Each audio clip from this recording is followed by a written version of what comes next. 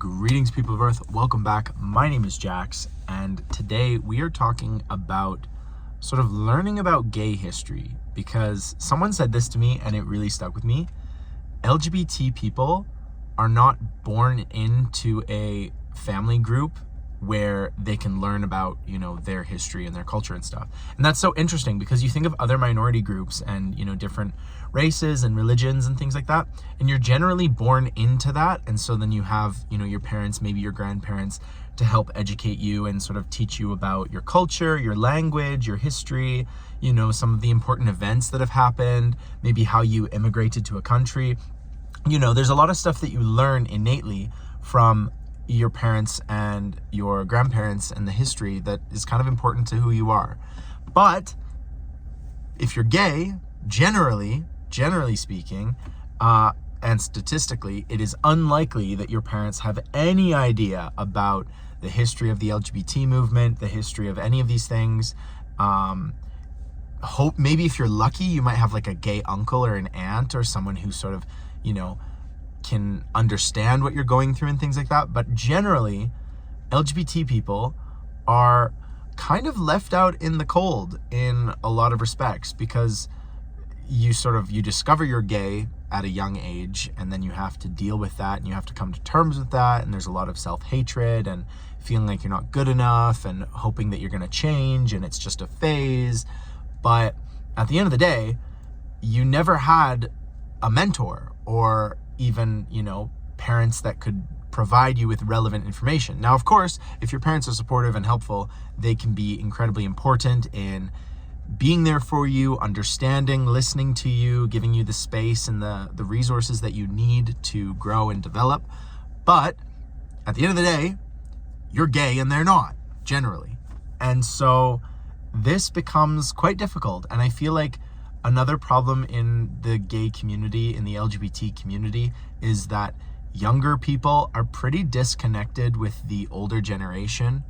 Part of this has to do with sort of the tragedy of the 60s, 70s, and 80s, like 80s, especially in the 90s, where we lost so much of our history, our culture, the people who were involved in fighting for our rights.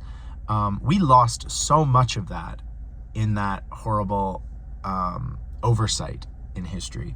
And another part of it is ageism, where younger gay men are typically prejudiced towards older gay men. And so they don't want to associate, they don't want to hang out with them.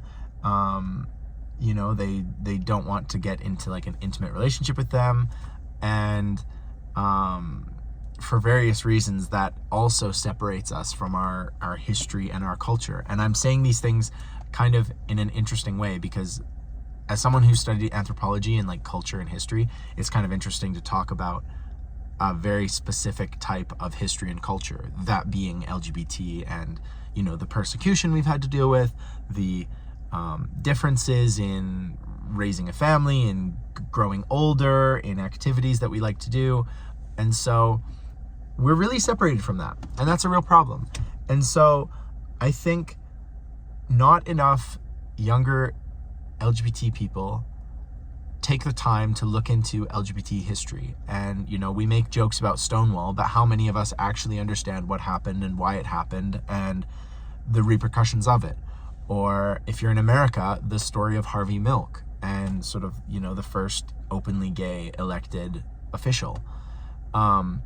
And so there's a lot of history and culture, and it can be very specific to your circumstances. And, if you're living in England or in France or something, maybe you're able to learn about your history and the history of that country as it relates to being queer.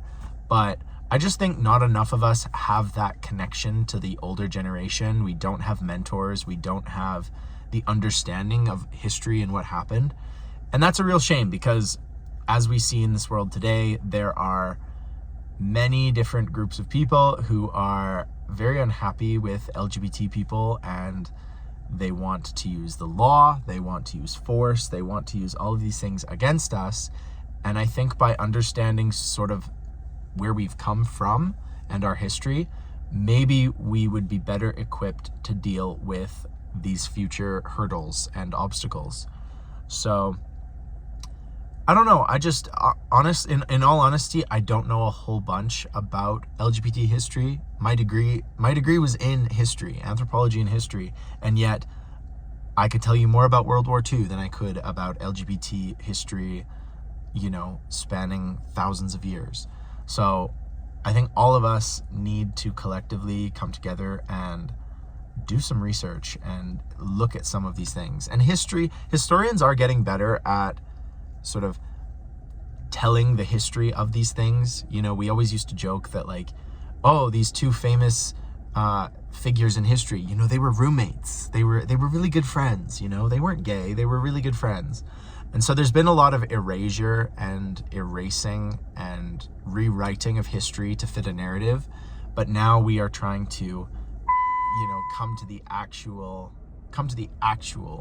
things that are needed, and come to the actual truth of what happened, because they weren't just roommates. They were much more than roommates. So that's all I think. I think we should connect with the older generation. We should drop this ageism. I talk about ageism all the time, how I think it's so stupid that people are so prejudiced based on how old you are, So that's my 2 cents for today. Do some research, reach out to somebody, and, I don't know, just go for coffee with somebody and ask them about what it was like being gay in the 70s or, gay in the 50s. I was talking to a 90-year-old man, and he was telling me all about being gay in the 1940s.